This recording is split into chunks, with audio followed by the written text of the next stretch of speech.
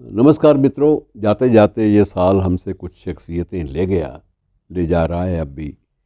Doctor Manmohan Singh जहाँ गए वहाँ उसी के साथ ही जो चर्चा कुछ दिन पहले हुई, वो चर्चा जो थी वो भी एक ऐसी शख्सियत की थी जिसने हिंदी फिल्मों की दुनिया में एक नया कीर्तिमान स्थापित किया था, और वो शख्स है श्याम बेनेगल।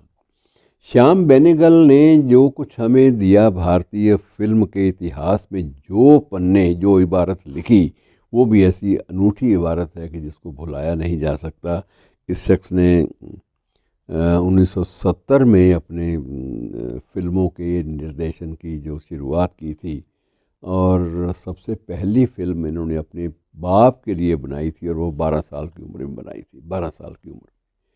तो ये एक प्रतिभा तो थी ही, और इसी प्रतिभा के आधार पर उन्हें सत्यजीत रे साहब का सही वारिस कहा जाता था कि सारी की सारी उनकी विरासत जो थी वो सीधे रूप से श्याम बेनेगल ने संभाली। और श्याम बेनेगल ने अपनी फिल्मों के निर्माण की, निर्देशन की ज़िंदगी में एक बार भी ये एहसास नहीं होने दिया कि कहीं उनके द्वारा अपनाई गई जो विरासत है उस पर कोई भी कमी रह जाए, कोई अभाव रह जाए, और कोई धब्बा कहीं दिखाई दे जाए। ये बात उन्होंने सुनिश्चित बनाई थी। और मित्रों, सबसे बड़ी बात यह है कि ऐसे व्यक्तियों के लिए सम्मानों का कोई भी संख्या नहीं होती है। अब इनकी एक फिल्म थी अंकुर।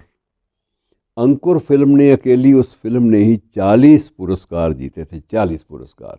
बाकी ये पद्म पुरस्कार, पद्मश्री, पद्म भूषण, पद्म विभूषण, ये तो स्वाभाविक रूप से उनका हक बनता था। और इन पुरस्कारों से, उन पुरस्कारों की जो एक सम्मान में वृद्धि हुई थी, जो समय समय पर इनको मिले।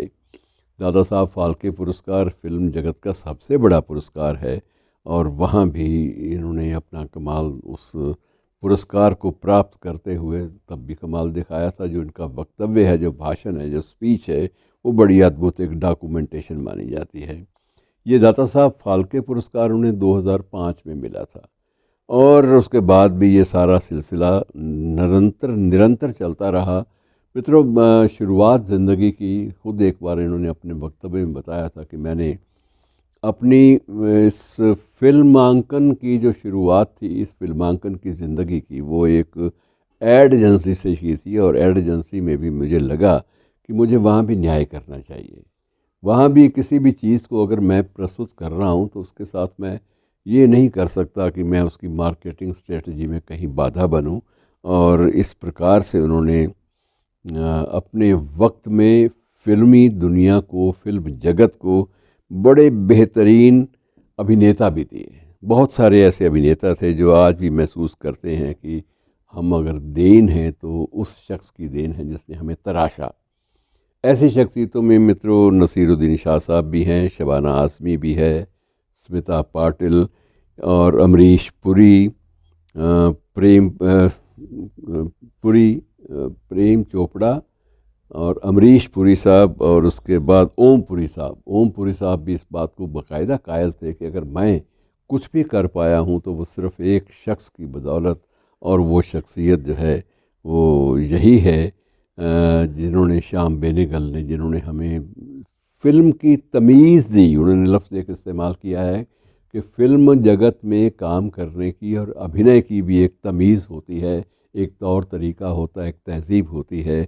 वो तहज़ीब, वो तौर तरीका, वो तमीज़ हमने जिस शख्स से सीखी, वह शख्स श्याम बेनेगल ही थे।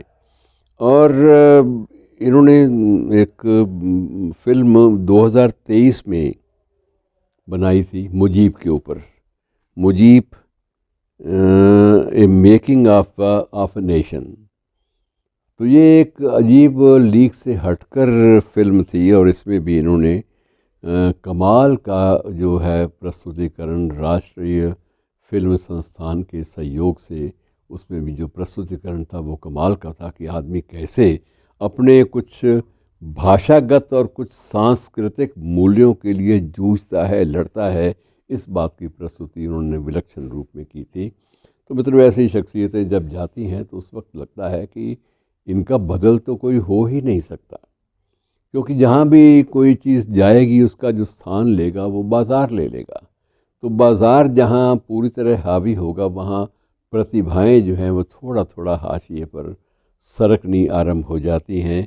और उन्होंने तो सत्यजीत रे की विरासत को संभाल लिया। अब सवाल ये बाकायदा पूछा जा रहा है कि ये अब इनकी जो विरासत है उसे कौन संभालेगा। ये बात भी चर्चा का विषय बनी हुई है। शुक्रिया दोस्तों।